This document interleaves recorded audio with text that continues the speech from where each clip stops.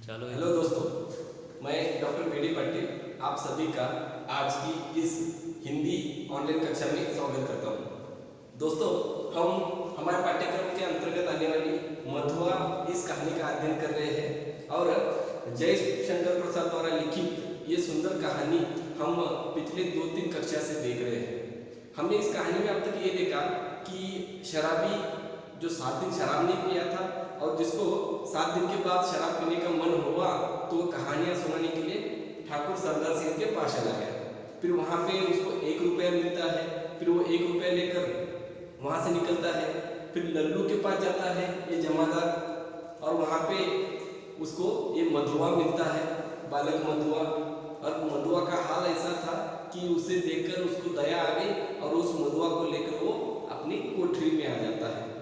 और उसकी कोठरी बहुत गंदी है और उस अंधेरी कोठरी में जब वो उस बालक को लेके आता है तब वो खाने के लिए कुछ ढूंढता है और क्या मिलता है उसको, एक पराठे का टुकड़ा, न जाने कब का था।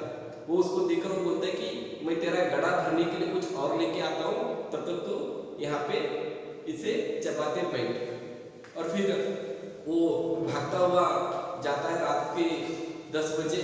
फिर हमने देखा दोस्तों कि 7 दिन के बाद उसको सिर्फ शराब भी पीनी थी, लेकिन ये बच्चा अब आ गया ना अचानक से, तो वो सोच रहे कि इस बच्चे के लिए क्या लेके आना। तो हमने पिछली कक्षा में देखा था कि जाते समय उसके मन में बात आ रही थी कि उसके लिए क्या लेके आना। तो वो सोच रहा था कि पहले एक देसी आधा पहले वो तो लेना ही है, वो शराब के बारे में सोचता है पहले, फिर उसके बाद वो चाय के बारे में सोचता है, फिर आलू मटर पकोड़े न जाने क्या क्या सोचता है वो। हमने वो सारी बातें देखी और जब वो भागते भागते अंधेरे में अपने आप को, जब बिजली का प्रकाश उसके आंखों पे गिरता है तो वह अपने आप को एक मिठाई की दुकान के पास आता है। और फिर वो क्या है, पूरे 1 रुपये की मिठाई खरीद लेता है। वो मांस लेना खरीदना भूल जाता है, वो शराब लेना भूल जाता है और वह पूरे 1 रुपये का मीठा और नमकीन उस मिठाई वाले के यहाँ से लेता है और वापस अपनी कोठरी में आता है।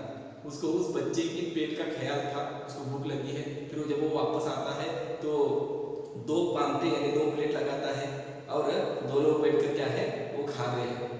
दोस्तों, हम लोग यहाँ तक आए थे इस कहानी में, तो चलिए आगे बढ़ते हैं और देखते हैं कि इस कहानी में शराबी और मधुआ इनका क्या होता है।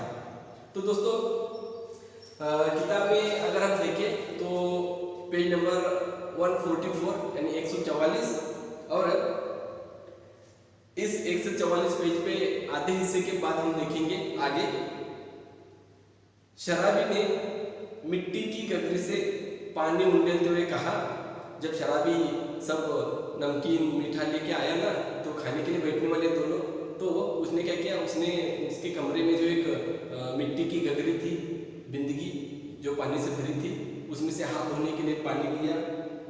शराबी ने मिट्टी की गगरी से पानी उंडेलते हुए कहा, उंडेलना नीचे गिराना इसे हाथ धोने के लिए। और हाथ धोते धोते उसने कहा, नटखट कहीं का हंसता है, सोंधी बास पहुंची ना नाक में, ले खूब ठूस कर खा ले और फिर रोया कि पीटा।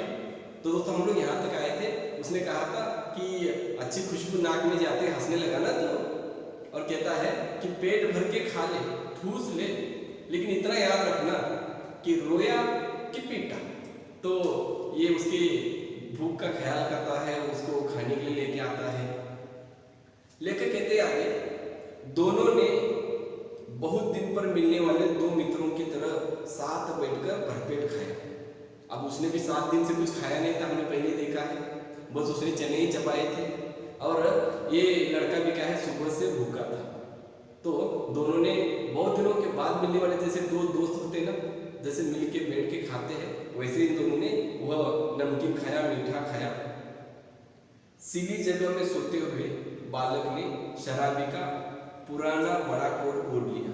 अब खाना हो गया, फिर उसके बाद उनको सोना था। रात के 10 बजने के बाद ये लेके आया था ना, तो अभी 11-12 बजे होंगे, तो सोने वाला था। कड़ाके की सर्दी है, मौसम वैसा है वहाँ पे, तो वह अब बच्चा सोने वाला है। तो उस कोठरी में कैसा हाल है, गंदी कोठरी है, सीली जगह है। सीली यानी वेट, गीली जगह जहाँ पे पानी वगैरह गिरा है, हाँ, और ऐसी जगह जो है, और बच्चा वहां पे सो रहा है।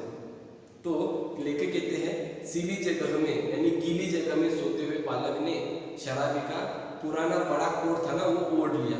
अब उसको ठंड से बचने के लिए कुछ तो ओढ़ के सोना पड़ेगा, तो वो शराबी का बड़ा पुराना कोट था वो उसने ओढ़ लिया। जब उसे नींद आ गई तो शराबी भी कंबल तान कर बड़बड़ाने लगा। जैसे बच्चा नींद आ गई सो गया तो शराबी भी वैसे ही लेट गया और ऐसे ही बड़बड़ाने लगा। अब क्या बड़बड़ाने लगा, देखो वो 7 दिन के बाद शराब पीने वाला था, अचानक से न जाने कहाँ से ये छोटा बच्चा उसकी लाइफ में आ गया, जिंदगी में आ गया। अब वो उसके बारे में क्या है सोचने लगा, उसके लिए खाना लेकर आया, तो उसका क्या है उसका दिनक्रम जो था वो बदल गया। तो इस बच्चे को लेकर उसके मन में क्या क्या विचार आते हैं। जैसे हम लोग होते हैं दिन भर भागदौड़ करते रहते हैं यहाँ वहाँ, लेकिन जैसे ही रात को सोने के लिए जैसे ही हम लेटते हैं ना तो बहुत सारी बातों का हम चिंतन करते हैं कि आज ऐसा हुआ वैसा हुआ, ये नहीं होना था वो नहीं होना था, ऐसा होना था, ये किया वो किया। तो ये भी थोड़ा सा क्या है चिंतन कर रहा है। अब बच्चा उसकी जिंदगी में अचानक से आया तो उसके बारे में ये चिंतन कर रहा है। वो सोचने लगा, कहते हैं जब उसे नींद आ गई तो शराबी भी कंबल तान कर बड़बड़ाने लगा। सोचा था आज 7 दिन पर भरपेट पीकर सोऊंगा, लेकिन यह छोटा सा रोना बाजी न जाने कहां से आ थमका। उसका विचार देख लीजिए। वो कहता है 7 दिन के बाद मैंने सोचा था कि बहुत शराब पीऊंगा और शराब पीकर मैं ऐसे पड़ा रहूंगा मेरे कोठरी में, लेकिन न जाने ये छोटा रोना पाजी कहाँ से आ गया। रोना पाजी वो रो रहा था ना बच्चा, इसलिए रोना पाजी। एक चिंतापूर्ण आलोक में आज पहले पहल शराबी ने आंख खोलकर कोठरी में बिखरी हुई दारिद्र्य की विभूति को देखा। अब रात खत्म हो गई, वो सोचते सोचते सो भी गया और जैसे ही सुबह हो गई ना, सूरज की रोशनी उनके कोठरी में आ गई, तो वह पहली बार आज आंख खोलकर अपने कमरे को देख रहा है, अपनी इस गंदी कोठरी को देख रहा है। इससे पहले हमने देखा वो 12-12 बजे तक सोता था, ऐसे पड़ा रहता था, अकेला रहता है, उनके कमरे की कोई साफ सफाई नहीं करता, वो खुद नहीं करता है ना, तो इतना गंदा कमरा। आज पहली बार ना वो आंखें खोलकर अपने कमरे को देख रहा है और देखा उस घुटनों से ठुड्डी लगाए हुए निरीह बालों को। एक नजर उसने अपने कमरे को डाली और कमरा इतना गंदा था, और फिर उसने देखा उस छोटे से निरीह निष्पाप ऐसे बालों को उसने देखा, और वो भी कैसे घुटनों को ठुड्डी लगाए हुए सोया था। घुटने ये जो नीज है हाँ इनको कहते हैं घुटने, और ये ठुड्डी है। जब ठंड के मौसम में बच्चे सोते हैं ना तो अपने आप को बिल्कुल समेट के ऐसे सोते हैं, तो ये जो घुटने है ना और ठुड्डी जो है ना ये दोनों क्या है एक दूसरे को लगते हैं। इतना क्या है वो ठंड से बचने के लिए ऐसे सोते हैं। तो ये बालक वैसा सोया था, उसने ठुड्डी जो है ना घुटनों को लगाकर ऐसे सोया था, मतलब पूरा शरीर जो है ना समेट कर सोया था। उसने तिलमिलाहट में तिलमिलाकर मन ही मन प्रश्न किया। उस छोटे से बच्चे को ऐसी गंदी जगह पे सोया हुआ देखा तो उसको गुस्सा आया, और तिलमिलाकर वह मन ही मन प्रश्न करने लगा। क्या प्रश्न करने लगा, किसने ऐसे सुकुमार फूल को कष्ट देने के लिए निर्दयता की सृष्टि की।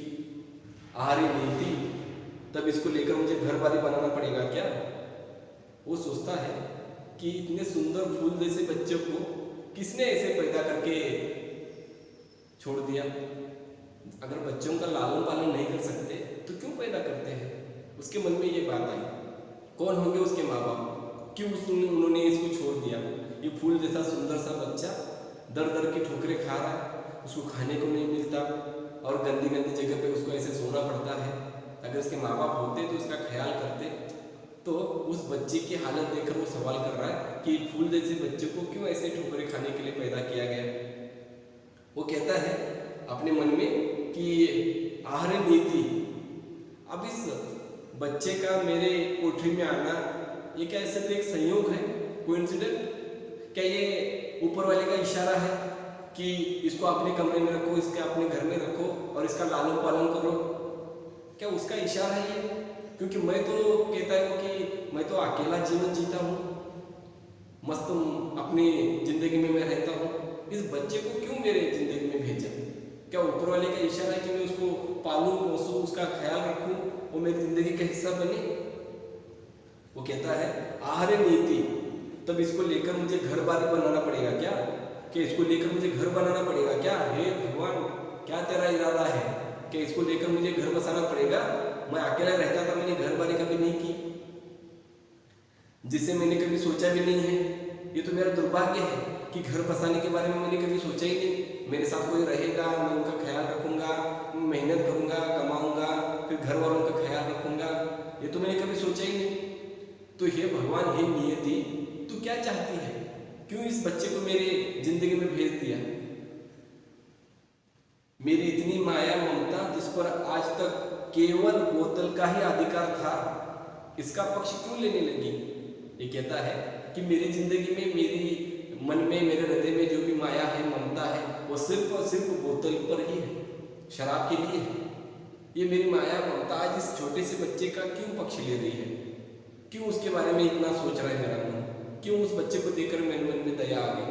मेरी तो माया ममता, मेरा सारा प्रेम शराब पर ही है, बोतल पर ही है। इस छोटे से पाजी ने मेरे जीवन के लिए क्या इंद्रजाल रचाने का बीड़ा उठाया है? ये क्यों मेरी जिंदगी में आ गया? हे भगवान, इस छोटे से रोना पाजी को मेरे लाइफ में भेजकर तुम कौन सा इंद्रजाल, इंद्र भगवान का जाल, इंद्र भगवान का जाल, कौन सा जाल तुम मेरी जिंदगी में क्या है बिछाना चाहते हो? तब क्या करूं? बहुत सारे सवाल उसके मन में आ रहे हैं, वो सब अपने मन में सारे सवाल पूछ रहा है। तब क्या करूं? कोई काम करूं? वो सोच रहा है। अब इस बच्चे को अगर पालना है, पोसना है, इसको घर में रखना है, तो फिर तो मुझे मेहनत करनी पड़ेगी, क्योंकि मैं तो हफ्ता हफ्ता पर खाना नहीं खाता, मुझे मेहनत करने की जरूरत नहीं है। कभी तो किसी को कहानी सुनाता हूँ, शराब पीकर पड़ा रहता हूँ, लेकिन ये बच्चा घर में रहा तो इसको खाना चाहिए ना, हर दिन खाना चाहिए इसको, फिर उसके लिए पैसे चाहिए, फिर उसके लिए काम करना पड़ेगा। तो क्या करूं? इसको रखूं, कोई काम करूं? कैसे दोनों का पेट चलेगा? उसका और मेरा पेट कैसे चलेगा? दोनों का पेट चलना है तो इसको रखना है तो काम करना पड़ेगा। फिर उसके मन में आया, नहीं, भगा दूंगा इसे, आंख तो खोले, उठने तो दो, भगा दूंगा इसको। अगर इसको रखना पड़ेगा तो मुझे काम करना पड़ेगा। तो इस तरह के विचार सुबह सुबह उसके मन में आने लगे। कहते हैं लेखक, बालक अंगड़ाई ले रहा था। अंगड़ाई लेना, सुबह सुबह ऐसे करते ना, अंगड़ाई लेना। तो बालक की नींद खत्म हो गई और वह अंगड़ाई लेने लगा। वो उठ बैठा, सोया था, उठकर बैठ गया। जैसे उठकर बैठा,